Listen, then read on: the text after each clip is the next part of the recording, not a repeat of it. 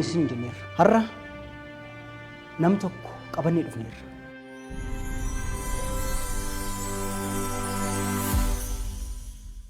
Nam kun keessattuu sochii miidiyaalee hawaasaa waliin wal qabatee nama seenaa hojjetedha. Biyya keenya keessatti miidiyaan hawaasaa maal hojjetaa ture yookaan maal hojjechaa jira? Maalittis jira yoo inni icciitti adda baabaayidha. Hundi keessan kan beektan. Yeroo baay'ee namoonni Facebook isa ta'u YouTube faayidaa maaliif oolchu inni keessattuu dargaggeessi egaa hunda jechuu baannullee namoonni tokko tokko yookaan dargaggeessi tokko tokko jechuu hin dandeenya. Faayidaa maaliif oolchu inni faayidaa dhimma hawaasaan faallaa yeroo isaan itti oolchan agarra. Garuu immoo faallaa kana dargaggeessi miidiyaa hawaasaa fayyadamee dhuguma miidiyaan hawaasaa hawaasaaf ooluu akka danda'u kan agarsiise dargaggeessa tokko qabannee dhufneerra. Oromoon nama gara harriif mataa harrii jira jedha. Dargaggeessi amma nuti isin affeeruuf jennu kun nama mataa harriitu hin ta'in nama gara harriiti. Ashamaa harka fuunee akkam nagaa jirtu ilmaan abbaa gadaa jaalleewwan koo martuu nageenyi badhaadhaa mee akkam naguma baay'ee siniin boonne sabboontota jimma kaleessas boonsaa koo har'as na boonsita jabaadhu jimmaa koo boris ni dursita mootiidhaan hundooftee mootiitu si bulche falaasama gadaatu dhaabee si itiche mootiin garaa laafuu koo bashaashaan namaa leenci koo abbaan jifaar tokkicha takuma. Naadana wal malee maal qabna.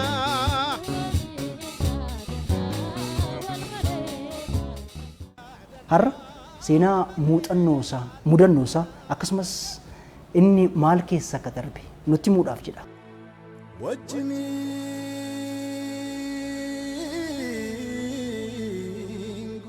Ani maqaan koo Abdii Geetaachoo Abbabeen jedhama. Godina Jimmaa ittiin dhaladhee guddadhe. Godina Jimmaa aanaa Limuu Kosaa ganda baadiyyaa qonnaan bulaa keessatti guddadhe bakka Lakkuu Cimmee jedhamtutti. Miidiyaa hawaasaan fayyadamanii hawaasa gargaaruu kana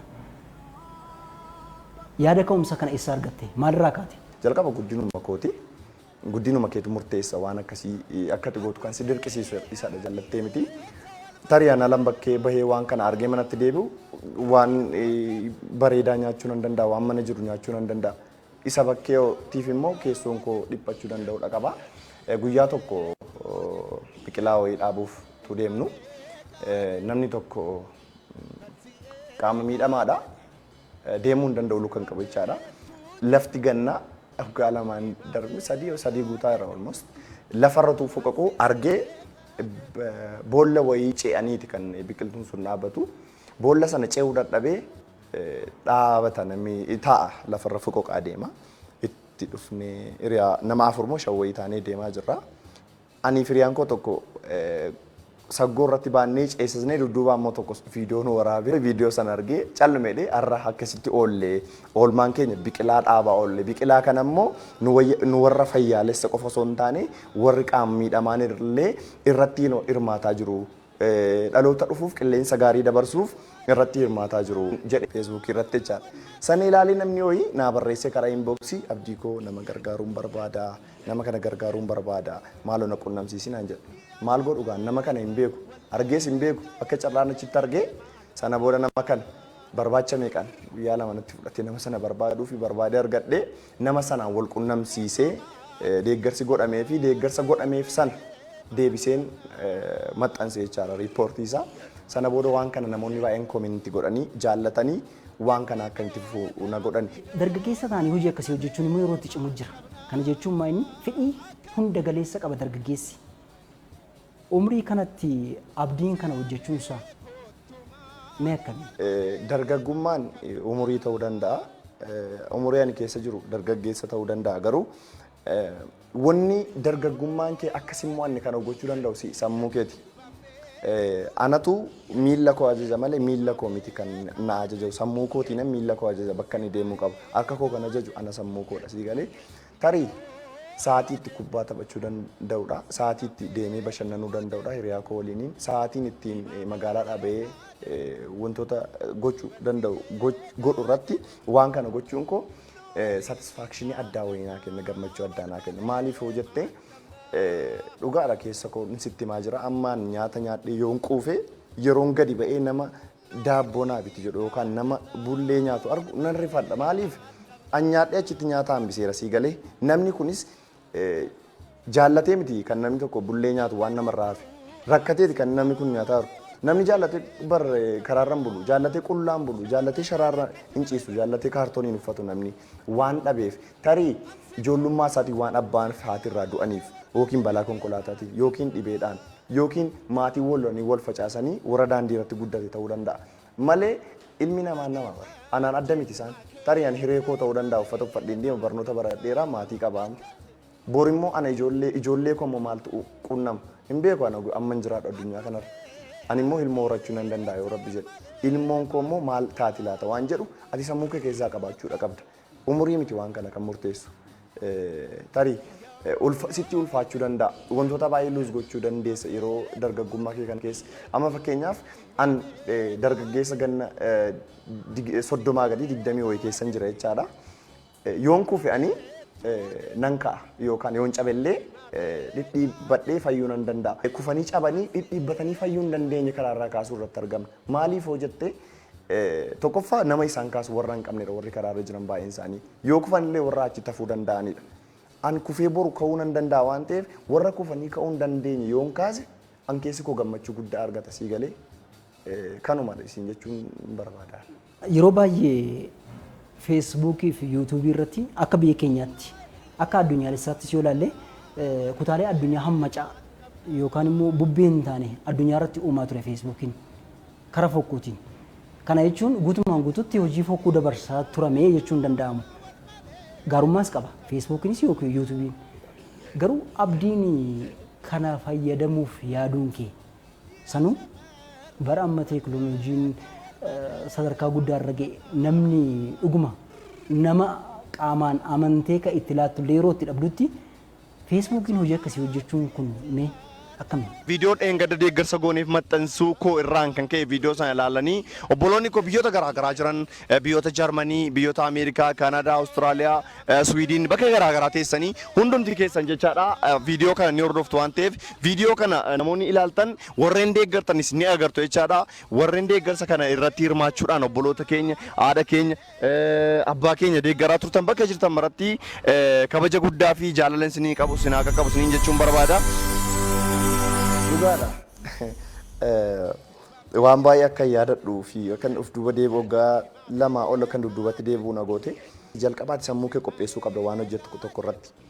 Ati badiidhaaf waa sammuu koo badiif fayyadama yoo jette badii fayyadamtaa faana badda jechaadha sii galee atis sammuu kee immoo waan gaariidhaan hin fayyadama yoo jette waan gaarii fayyadamte hawaasa birattis fudhatama argattaan waaqa birattis bakka garaagaraattis sammuu keetiif illee tarii waan badaa yaadda yoo ta'e bar waan badaa sana raawwachuu ni dandeessa namaaf nama walitti buusuu dandeessa yuutuubii fayyadamtee feesbuukii fayyadamtee sana booda boqonnaa sammuun argattu waan ani barreessu tokkoon yookaan waan ani dubbadhu tokkoon yuutuubii irratti feesbuukii irratti yoo namni tokko dhaqee yoo namni tokko waraaname satisfaction an argatu tokko hin jiru nan gadda deebi'ee ofitti sammuun koo deebi'ee ana nyaata garuu feesbuukii yookaan yuutuubii sana fayyadamee nama beela'u tokko nyaachisee nama uffannaa hin qabne uffisee nama bakkee bulu manatti yoon ol galche analan deemee huccuu halkanii uffadhee ho'aa keessa rafu namni sun akkasitti akka rafaa jiru waan keessi koo amanuuf gammachuudhaan hirribina fudhata.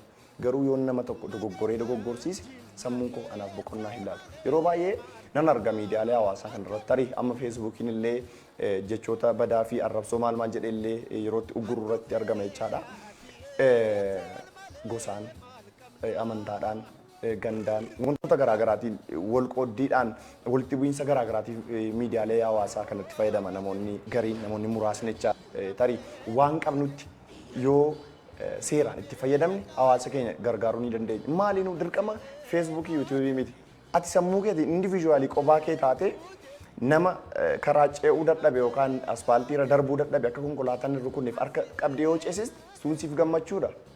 Maaliif nama sana tarii konkolaataan ariifatee fireenii qabuu fi didee rukutuu ajjeesuurraa oolchuu dandeessa jechaadha. Kanaafuu sammuu kee waan gaariidhaaf yoo fayyadamte maaliyyuu gochuu dandeessa jechaadha. Aadaa gargaarsaa kana waliin wal qabatee namoonni tokko tokko maqaatti argachuuf kaan immoo biizinasiif kaan immoo waan biroof itti fayyadamu. Mee akkamii kana waliin wal qabsiistee yaadi si bira jiru? deeggarsi yoo godhame deeggarsa sana gruupii uummanne gruupii sanaan deeggarsa walitti qabne nama tokko mana ijaarra yoo ta'e yookaan suuqii banne yoo ta'e mana kireeffannee fi mana kiraatti galchine yoo ta'e waan isa barbaachisu kan yaalamu yoo ta'e deeggarsa sinirraa barbaanna. Deeggarsa keessan kanaan wantoota akkasii kana hojjechuuf karoorfannee jirra. Kanaafuu nu deeggaraa jenna. Deeggarsa sana walitti qabannee deeggarsa sana immoo maalirra akka oole achuma hin hambisnu. Waan goone sana deebisnee immoo maxxansina jechaadha. Karaa Feesbuukiitiinis karaa Yuutuubiinis. Maaliif amaanaa namaati wanni kun wanni nutti ergame kun. Amaanaan namaa kun immoo galma yookaan bakka ka'eef sana qaqqabuu qaba. Galma sana rukuchuu qaba. Sii galee osoo nuti amma waggaa sadaffaaf deemaa jirra. Osoo an viidiyoo jalqabaa sana yookaan viidiyoo hoggaan darbe sana amaanaa isaa keessaa fakkeenyaaf bakka namni suuqii banamuuf qabna kanaafuu suuqii banuuf jirra deeggarsa nu godhaa jenne sana otoo suuqii sana banuu baanne deeggarsa nama biraa sana hin arganne fudhatama hawaasa bira namoota miidiyaalee hawaasaa kana biratti hin arganne tarii maqaan keenya baduu danda'a yookaan maqaan garaagaraa nuu kennamuu danda'a. Kanaafuu wanni ati hojjettu qabatamaa ta'uu qaba. Waan ijaan mul'atu ta'uu qaba. Afaaniin qofa otoo hin taane waan ijaan mul'atu nuti immoo tangible waan viidiyoodhaan lafa keenya before and after isaa lafa keenya. Before akkasitti jiraachaa ture amma immoo jijjiiramee deeggarsa isin gootaniin garuu waan akkasii godhameefii jira jennee qabatamaadhaan waan lafa keenyuu fida. Kanaafuu bakka sadiitti qoodama akkuma ati jirti. Kaan biizinesiif, kaan beekamtiif, kaan immoo dhugumaan hojjeta akkasitti qoodama jechuu barbaadeeti. Hojii ati ammoo na hojjette keessaa akka addaatti kana hojjedheerattee kan karaa si raasu kanatti dagachuu hin dandeenye. Hawaasnis kan si ragaa ba'e. Atis kan ragaa ofii baatu qabna. Hojii baay'ee hojjenneerra. Viidiyoowwan baay'ee hojjennee jirra. Gidduudhaan ji'oota 9 wayitiif addaan kuteen ture ji'a 9 wayitiif rakkoo dhuunfaa wayitu na mudate. Sana booda achis deebi'ee illee hojiichatti deebi'eetan jira. Waan baay'ee hojjenneerra. Daa'ima waggaa 9 kadhattee haadha ishee dhukkubsattee lafatti haftee fi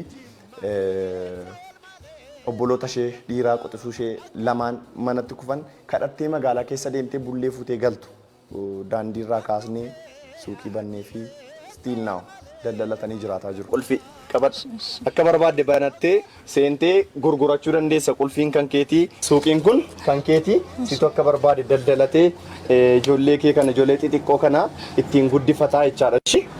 Meegaa suuqiin kun sii banameera maaltu sitti dhaga'ama sitti? Gammachuu guddaan natti dhaga'amaa jira.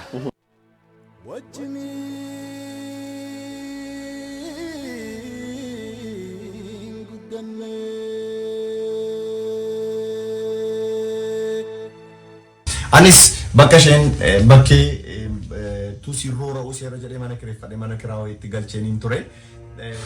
Kan keessa dachiin kaa'aa lattiin bakka akka karaa ilaala akka addaatti hin Maaliin boosanii hirkatu? yeroo qorra keessa aduudhaan qorra bulti keessa. Isheedha jechuun si yaadachiisuu barbaadetanii abbaan manaa ishee waggaa guutuuf jira amma bishaan gojobtu jalaa nyaate jechaadha. Isheen immoo yeroo ammaa kana ilmaan yatiima kana sadan waliin rakkatte jechaadha. Mana keeti kunoo qulfiin isaa. Kana booda akka barbaadetti ofii keetii banattee itti galtaa ofii keetii banattee baataa jechaadha. Maaltu sitti dhagahame burte? Manni kun kan keetii bara. Gama goon rakkadhe jettu ijoollee koo wajjin baay'ee rakkadhe garuu yeroo ammaa daraa keessa jiru agoowwan ijoollee koo uffisee jechuudha. Kaartoon irra ciibsee bulcha mana kiraa jira yookaan kan kootiin jedhaa jira. Akka waan kootiin jiraachisaa jira ijoollee koo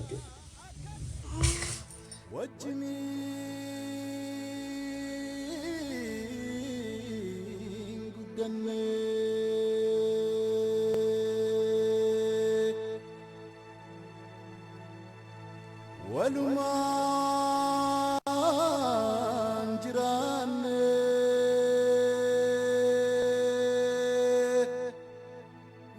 walirraa baqannu walitti jabaanne. Viidiyoon kun abbaa manaa ishee ji'a 7 dura bishaan jalaa nyaate bishaan gojob jedhamu burtukaan jedhamti. Yeroo baay'een daandii sana irra darba. Yeroo darbu nan argaanii yeroon arguun san nagaddisiifti mucaa xiqqoo ji'a 4 wayii baatti lama immoo bukkee taa'u ijoollee 3 waliin. Irra darbee garaan na dide. Akkan biraan dabaree kan na godhu immoo hawaasan keessatti guddaadha sila sii kaaseera. Nanaa sofsiise maal taate jennaan abbaa manaa koo bishaan gocokna jalaa nyaate. Kanaan dhufe gara dedoo kanaayi bakka itti galuun qabu. Eessa bulte jennaan barandaa namaa sharaa afadhee agoo bara uffadhee bulanaan jetti. Viidiyoo sana waraabee maxxansee walitti fufiinsa ji'oota lamaaf deeggarsa walitti qabnee fi qeengadda jecha lafa dhuunfaa ishee binnee fi mana dhuunfaa ishee kutaa bareedaa jecha wantoota meeshaalee manaa barbaachisu hunda guurnee fi manatti galchinee furtuu ishee harkatti kennee fi jirra jecha hojiiwwan keenya baay'ee isaa hojjenneerra. Kana malees immoo yeroo Raamadaanaa keessa hordoftoota amantaa Islaamaa hawaasa Musliimaa biratti wanni beekamu namoota faxarsiisuun ajirii guddaa qabaa jira jechuun kanatti rabbiin biraa argattu jechaadha. Sanarratti baay'ee hojjechaa turreera. Namoota harka hin qabne miila hin qabne namoota hanga 300 ta'an kan bakka tokko jiraatan jechaadha. Akka miishiniitti jechaadha. Isaaniif horii qallee hoolota qallee sa'aatii nuti itti Raamadaana guutuu keessaa guyyaa 10-15 faxarsiisaa turretu jira. Walitti fufiinsaan ofii keenya soomaa jechaadha. Ijoollee hiriyoo tokko waliin jechaadha. Warra akkasii kana baay'ee isaa hojjennee jirra. Viidiyoowwan koo yuutuubii fi feesbuukii irra guutanii jiru. Wal malee maal qabnaa?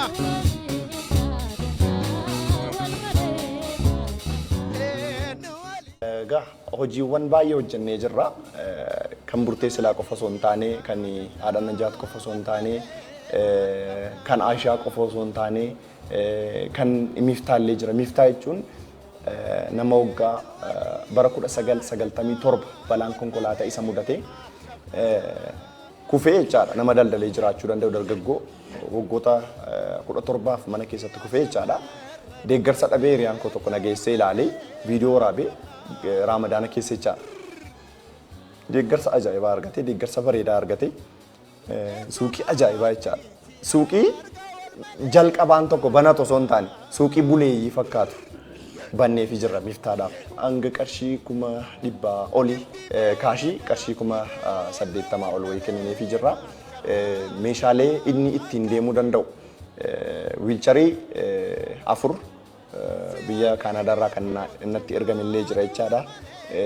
Waan akkasii goonee fi jira Miftaa abbaa Jiyaar jedhama jechaadha. Waggoota 17 lafatti hafee jechaadha. Nama deeggaruu hin qabu, nama salaaluu hin qabu, dhibee sukkaaraa qaba, dhiibbaa dhiigaa qaba, mana fincaanii deemuu hin danda'u, waan nyaatu hin qabu, nama isa gargaaruu hin qabu.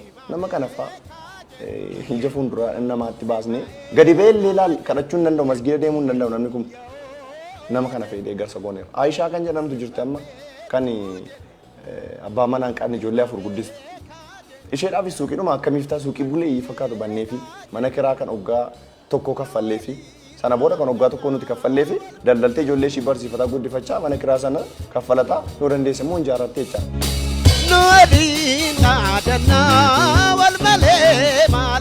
Kiraa manaa kan waggaa tokko dheengadda kaffalee tan ture kan sichi jiraattu jechaadha. Rabbi si haa jiraachisuuti. Ijoollee kee mee akkamiin guddisuu barbaada? Haala kamiin jiraachisuu barbaada suuqii kana daldalattee? Suuqii kana qaraasee tamaasisee guddisuun barbaada. Amma waan tokkomti na sabuun jiru giidoo rabbiitiin giidoo keessanii qaraaseen tamaasiseen jiraadha.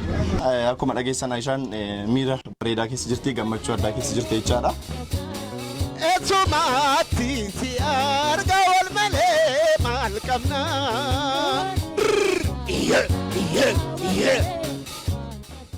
Gargaarsa jechuun yeroo baay'ee hawaasa biratti namni nama gargaaru nama fooqii guddaa qabu, nama hoteela guddaa qabu, nama makiinaa inni tiree galagashaa 6-7 qabu, nama qarshii baankiidha miiliyoona hedduutti lakkaa'amu kan qabu jedhanii kan yaadan jiru. Lakki qallaan wal gargaartee arbayeeti saantiimii sharfeen tokko kaaniif gatii qabdi jedhanii kan yaadammoo jiru. Mee aadaa wal gargaarsaa hawaasaa waliin wal qabsiistee asirratti waan taajjabde yookaan waan agarte tarii aadaa wal gargaarsaa kana wayita sassaabdan yookaan immoo waan kana irratti wayita bobbaatu wanta ati argaa dhageettiin waan taajjabde hojii kee keessattis waan agarte maali bee? Galatoomi baay'een taajjabeen baay'een taajjabasi biyyi keenya hundi sooressa ta'uu baatus hundi jiruu gaarii jiraachuu baatus Itoophiyaa keessa ta'e jiruu Awurooppaa namni jiraatu baay'eetu jira.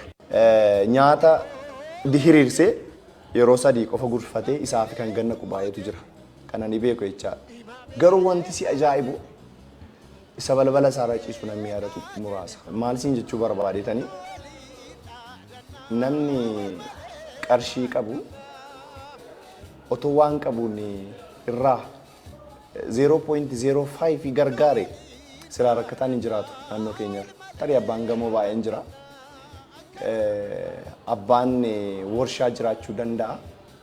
Ijaan arguu kan hin barbaanne baay'eetu jiru seenoo nama tokko tokko baasnaan. Gariin kan waan qaban irraa nama iddoo tokko buqqa'e waan qaban baatanii geessan dugda ofiitti baatanii kan geessan baay'ee isaanii hin beekan. Maqaa dha'uu warra hin danda'u jechaadha. Gariin immoo otoo waan meeqa gochuu danda'anii miileenaan otoo kuusanii qabanii agabuu isaa namni tufuu balbala gamoo isaa jala ciisuu kan bira darban baay'een isaanii jiru. Warra akkasii ani jechan ittiin ibsu isaaniis hin qabu. Garuu kanan baay'ee appirisheet godhu kanan baay'ee galateeffadhu ijoolleen biyyoota Arabaa jiran ijoolleen biyyoota bakkoota garaagaraa keessa jiran keessattuu biyyoonni Arabaa jechaadha. Hin beekna ka galii isaanii waan isaan argatan jiruu isaanii miidiyaa irratti ilaalaa oollaa quba qabna day to day wal quunnamna. Warra Awurooppaa tarii inkaamii bareedaa argachuu danda'u. Garuu biyyuma ormaati. Laal Dubaay keessatti mana fincaanii namaa ganama lafaa kaatee ciree qopheessitee ciree isaan nyaachistee meeshaatti nyaatan dhiqxee ofii nyaanne laal dhaqxee huccuu mucaa miiccitee sana immoo yoo yeroo argatte immoo ciree nyaatti yoo dhabde immoo qodaa meeshaatti nyaatan sana miiccitee immoo deemtee immoo laaqana hojjetti mucaa yoo boo'e mucaa deemtee urursiti akka sanatti hojjetanii Saawudii Arabiyaas haa ta'u Dubaayaas haa ta'u Kuweet haa ta'u Baareen eessiyyuu jecha biyyoonni Arabaa waan si dhibu sirraan qusatanii waan qaban nama tokko boo'uu yoo argan keessatti guddatanii akkamitti garaasitti jabaatu keessatti hawaasa keessaa ba'anidha waan ta'eef hawaasni kun akkasitti beela'aaraa jedhanii sitti kennu.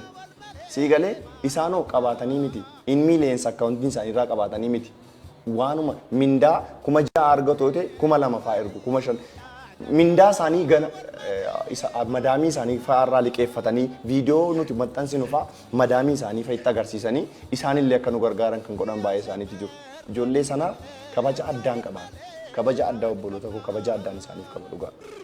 Garaagarummaan nama miileenarii fi nama qansiraa mana nama hojjetu asirratti ilaala. Namummaa namaa asittan adda baasaan sii galee namni nama gargaaru hawaasa keessatti guddate kan garagalee ilaalu beelli sabaa isa gubuu qaba. Dhibeen sabaa isa dhukkubuu qaba. Miidhamni sabaa isa dhukkubuu qaba. Namummaan akkasiin jechuudha maafan. Kanaaf nama gargaaruuf abbaa gamoo ta'uun dirqama miti. Miileenara ta'uun dirqama miti. Miileenara ta'anii miti obboloonni koo biyyoota Arabaa keessa jiran kan deeggarsa kan irratti na gargaaraa jiran. Qarshii 1,000, 2,000, 3,000 walitti buusneeti kan nuti lafa binneef hanga 300,000tti baasnee kan nuti mana sana ijaarre kan nuti deeggarsa garaagaraa gochaa turreef. Maaliif waan qaban walitti fitan garuu lafa sana bitee mana viillaa kan ijaaruu danda'u individual personiin magaalaa keenya keessa jira. Namni dhuunfaan tokko jira magaalaa keenya keessa. Garuu maal na dhibdeetu jira jireenya koo jiraannaan kan nama biraa kan na dhibdeetu jira. Kanaafuu nama gargaaruuf abbaa gamoo ta'uu miti dirqama. Sammuu keetiin nama kana nan gargaara jettee yoo karoorfattee birrii qarshii 10 kennite gahaadha. Aadaa nama gargaaruun ala wanta ati qabatteertu hojii gaarii kaaniif fakkeenya ta'uun ala immoo hojii tokkoon isin beekamta. Kitaaba tokko barreessite mata duree si argee maal agarte? Rakkataa gargaaruun waamanii qubsiisu beela'aa waamanii qalanii nyaachisu. Hammannee jiraanna nuti hin beeknu jibbaa mooneetu jiraanne seenaa bara dhibbaa. Kitaabni si argeen jedhu 2011 tarii yeroo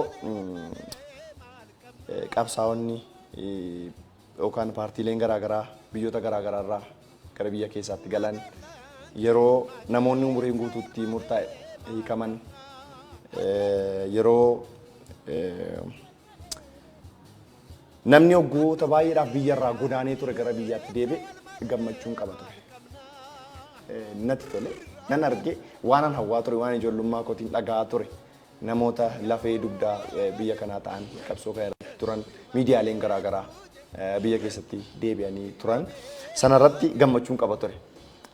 Yeroo sun yeroo wayyaaneen hamaa turte keessa barreeffamaa ture kolaloo bule ture mata duree isaa sana gochuuf dirqame maaliif si argeen jechuun kanan arge namoota ani barbaadu namoota ani jaalladhu yeroo sanatti naa dhufee ture sanuma sababeeffachuun yeroo sana si argeen jedhee mata duree sana moggaafatte kitaabni sun gabaarra tureera jira ammas namoonni barbaadan argachuu danda'u. Mee akka addaatti hojii kana wayita hojjettu mudannoon na mudate gaddisiisaa yookaan gammachiisaa jettee kan nu kaastu maali muuxannoo qabdurra? Jalqabni hojii kanaa silumaa si gaddisiisa. Ani dura iyyuu nan bo'a ture. Dura reefumaan bara dhufe malee. Amma fakkeenyaaf nama bo'u ala nargu nan bo'a.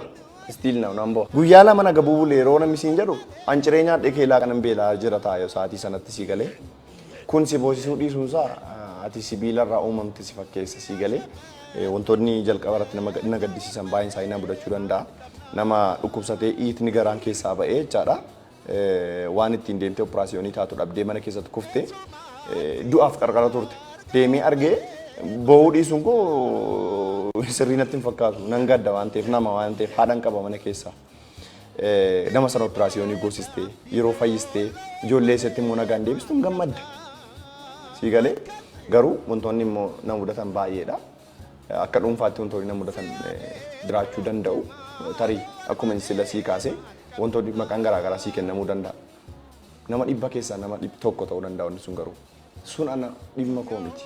Maaliif yoo jettee karoora qabna nama beela'uu fi nama daaree uffisuudha malee waa'ee maqaa mitan maali? Waa'ee maqaa maal na cinqe? Anoo hin namni dirqamaan miti wanni kuni waan kana fedhiidhaan gochaa jirra waan ta'eef. Poolisii nan dirqamsiifnu waan kana kan godhu. Mootummaan na dirqamsiifnu. Kaka'umsa mataa kootiin hin gochaa jira waan ta'eef wanni na mudate hojii keessatti aayyoo keenya kan waggaa 65 tokko dhibee wayiif saaxilamanii nama isaan gargaaruu dhabanii duutillee na diddee jedhan bishaan daarii taa'ee bineensi na nyaachuu didee jedhanii baay'ee nama gaddisiisu aayyoo sana dhaqeen viidiyoo waraabee. Oona ture miti? Oona kauna mukaan keessan keessaa nunni kana hiisisaa na dhukkuba fuutee maal kanatti nageessiti. Ammoo maaltu isinitti dhaga'amu kunoo sireen sinii. Amma fayyaan natti dhaga'amu gammadeera. Aadaa gammadeera. Ati jalqaba waan itti seente chaalenjiin baay'een si quunnamuu danda'a gara fuulduraatti si quunnamuu danda'a waan ta'eef of eeggannoowwan baay'ee si barbaachisaa kanumaan keessa dabarre. Uffata haara galfii uffadhu kataabii malee nyaadhu taabii malee dhugi. Aafiyaa kootiin deebi'eetanii kana caalaa murtaa'e siichin si eebbisa. Amma lubbuun koo na keessa jirti sin eebbisa.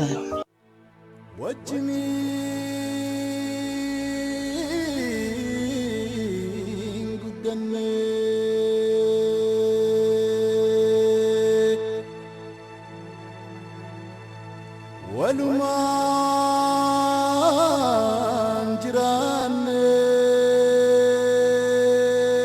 Bakkeen isin gargaaru giidoo rabbisinii haa ta'u. Jecha tokko jira. Namaaf amma qurxummii bittu akkaataa itti qurxummii qabu sanatu barsiisteenii ka jedhu. Namaaf amma daakuu bittu utuu warshaa dhaabdee fi bara baraan akka inni nyaatuuf yookaan akka inni jiraatuuf kan jedhu. Waan akkasii sirraa argaa jirra. Mee gargaarsi xiqqaan qabu hunduu gargaaruun gaariidha. Nama kadhateef yookaan nama waa barbaaduuf kennuun gaarii ta'e keemmoo kana walii wal qabsiistee wanta tinu kaaftu haala qabataan wanta nuti sirraa argaa jirru waan kana waan ta'eef. Akkuma mammaakte nama tokko qurxummii bituu fi irraa kiyyoo qurxummii ittiin qabanii fi akkaataa itti qaban yoo itti garsiifte guyyaa guyyaan qabatee nyaachuu danda'a. Gurgurachuu danda'a si galee. Anarraa mokoroonii paastaa zayitii bitee nama tokko geessee gargaareera jechuun nan danda'a. Sun gargaarsa miti kanaaf. Maaliif guyyaa lama keessatti hin fixaa nyaata sana already. Yeroo fixoo ammas gadi bahaa hin beelaa rakkata jechaadha. Nama sanaaf maal gochuu qabda hin gorsita jalqaba. Deeggarsa akkasiin sii godha. Ijoolleen ani hirmaachisa. Suuqiin sii bana yookaan bakka daldalaa tokkoon sii bana. Kana garuu qusattee daldaltee harka namaa laalta bor namaa harka kee ilaaluu gargaaruu qabda. Namicha tokkotu qarshii wayii kenneef qarshii baay'ee. Namichi sun araada yookiin suusii wayii qaba ture. Erga qarshii sana fudhatee booda dhaqee maal godha? Nyaatee dhugee bashannanee maal jedhee adeemsa keessa qarshiittiin dhumti. Namichi waardiyyaa ture. Ji'a ja'a ta'uun guutiin dhaqee waardiyyummaa sanatti deebi'e. Tarii waan akkasii irratti of eeggannoon jiru maal fakkaata? Tarii waan akkasii sin mudatee yookaan immoo namoonni tokko waan itti kennitan sana deebisanii akka hin taanetti deebisanii ammas gargaarsa kan fedhan jiraachuu hin danda'u. Gaaffii jabaa, gaaffii bareedaa na mudateera. Na mudatee guyyaa ofitti gaddee jira. Nama dhufee ciree naa bitinaan jedhetu jira. Nama hin deeggare keessa sun maali? nama isa hordofu dhabu sa'aatii ani ittiin turre ture ji'oota 9 hin turreen already dhimma sana namoonni miidiyaa na beekan baay'ee na beekuu danda'u dhimmicha ji'oota 9 oliif hin turreeni sa'aatii sanatti bade gurbaan kun nama isa hordofu hin qabu ture suuqiidha kan banameef fite jimaa kanan qamaa jedhanii fite baay'een gadde nan gorseeni ofitti naaraalan yeroon gurbaa sana argu ambara deebee gurbaa sana deeggarsa gaafachuu hin danda'u maaliif deeggaramee darbeetti beekama anis deeggarsiiseen darbeettan beeka waan ta'eef na mudateera gara fuulduraatti nama ta'u kan na mudate sa'aatiin sun immoo sa'aatii ji'ootan 9 sana keessatti na mudate sana gara fuulduraatti garuu amma na mudatu maaliif tokkoon isaanii nan bilbilaaf ammaan nan hordofaa akka rakkoon kun irra deebi'ee mudanneef jecha gara fuulduraattis akka mudanne abdiin qaba. Abdiin fuulduratti maali kaayyooti qabdu? Ani Itoophiyaa keessa qofa osoo hin taane akka East Afrikaatti jechaadha. Paartinarii waliin jechaadha. Dhaabbata deeggarsaa jechaadha. Haadholii irratti xiyyeeffatu, haadholii ilmaan yatiima faana rakkatan irratti xiyyeeffatu otoo hundeessee haadholii ilmaan yatiima faana rakkatan deeggarsi godhamee fi ijoolleen isaanii ittiin baratanii ittiin jiraatan haadholiin sun keessa hojjetanii aara galfatan otoo hundeessee bakka sana ga'ee of argee baay'een gammada. Waan akkasiiti kaayyoon koo gara fuulduraatti. Maaliif haadholiidhaaf kabaja addaan qaba. Sababni isaa haati koo akkam taate akkana guddiste waan hin quba qabuuf. Dhumarratti dargaggootii akka keetiif akka dhaamsaatti akka yaadaatti waan jettuu hin qabdan. Dargaggoo nuti yeroon kun tarii dargaggummaan namni baay'een jechoota ni fayyadamu dargaggummaan nama balleessedha. Dargaggummaan nama balleessu ani immoo waan kana nan faallessa. Dargaggummaa miti kan si faalleessu ofumaa ofii keetiiti of balleessita malee. Yeroo kanatti yoon taa'ee caatii qaame, yoon taa'ee sigaaraa aarse, yoon taa'ee feesbuukii qofa fayyadame, yoon taa'ee waan hin taanetti geemii taphachaa oole, mana puulii qofa oole. Haadha kootti ba'aa, biyya kootti ba'aa, bor ofii kootti irratti ba'aadhaan sii qalee. Haadha koo rakkattee na guddiste, maatii koo rakkatanii na guddisan, hawaasa rakkatee na barsiise, waa tokko hin fayyadne jechaadha. Deebiin laal jimaa yoon taa'ee qamaa oole, sigaaraa yoon taa'ee aarsaa oole, yookaan siyaasa faana yoon fiigaa oole jechuun koo yeroon kana jedhu waan sin fayyane tokko faana yoo fiigaa oolte jechaadha. Amma fakkeenyaaf araada qabaadhe. Araada sana bitachuun na dhaqeen haadha koo jala haata sii galee. Dhaqeen abbaa koo jala haata. Yeroo sana nan abaarama, hawaasni na abaara. Kanaafuu qofaa tarii yeroo qabnu irratti barachuu qabna. Barannee yeroo firii qabnu irratti hawaasa keenya gargaaru. Eebbi hawaasaa bakka guddaadhaan nu ga'uu danda'a. Eebbi hawaasaa wal nu qabuu danda'a. Hawaasa keessatti guddanne waan dandeenyu tajaajiluu danda'uu qabna. Miidiyaalee hawaasaa qofa miti. Bishaan akka deeggarsa. Barnoota barattuudhaan si eebbisu. Karaan ati irra deemtu siifaa tolu dugda handaaqoo siifaa ta'u siin jedha hawaasni si guddise. Adda keetti tufee si dhungatee jechaadha. Kanaafuu waan dandeenyu hawaasa keenya gargaaru yeroo keenya seeraan itti fayyadamu tarii har'a humna qabna bor garuu humni har'a nuti qabnu sun hin jiraatu ta'a. Sa'aatiin itti lafaa ka'uu dadhabnu jiraachuu danda'a. Bor bashannannee jiraachuuf har'a hojjechuudha kan nuti qabnu jechaadha. Waan hawaasa fayyadu tokko yoo irratti hojjette tokkoffaa biyya kee beeksifta, naannoo kee beeksifta. Waan aadaa irratti hojjette fakkeenyaaf sii kaffala yuutuubiin bar. Waan aadaa safuu kee irratti akka amma fakkeenyaaf irreechatu jira yookaan ayyaana masqalaatu jira, idaal faxiriitu jira, hawaasa keessatti immoo sirna ittiin bulmaata gadaa wantoota garaagaraa qabna. Akka Itoophiyaattis immoo wantoota baay'ee qabna jechaadha akka biyya keenyaatti jechaadha. Wantoota yuuneeskoo irratti galmaan isaan irratti yoo hojjette yookaan hawaasa kee keessatti wantoota beekamuu qaban addunyaa bira ga'uu qaban irratti yoo hojjette yoo irratti barreessite nama bira sii qaqqabuu danda'a. Feesbuukiinis sii galmeessuu danda'a. Garuu ati abaluu walitti buusta yoo ta'e saba tokko walitti buusta yoo ta'e jechoota badaa'ee feesbuukiin illee sirratti galmeessii jalaa cufsiisuu danda'a.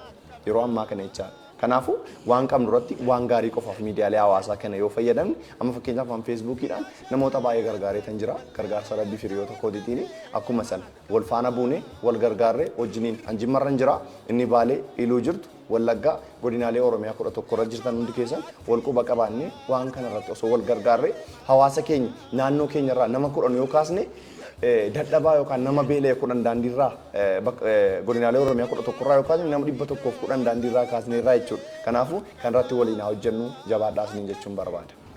Abdiin eenyu kan jedhu waliin wal qabatee hawaasa gargaaruu irratti sochii ati taasisaa turte kana waliin wal qabate immoo muuxannoo hojii keerraa kaaniif waan qoddeef guddaa galateeffannaa. Ayyee isinis warri Addis miidiyaa neetwork gaaffiif deebii kana gochuu keessaniif ulfaadhaa galatoomaa niin jechuun barbaada ulfaadhaa. Galatoomi. Hordoftoota turmaata nuti abdii geetaachoo faana taasisne gaa kanumaan raawwanneeti jirra. Oromoon namni nama keessatti of argaa jedha. Isin isa keessatti akkasiin of ilaaltan abdii guddaa qabna. Hundaafuu bakka jirtan maratti waan nu hordoftaniif horaa bulaa isin jennirra galatooma. Nu waliin dhaadannaa wal malee maal qabnaa?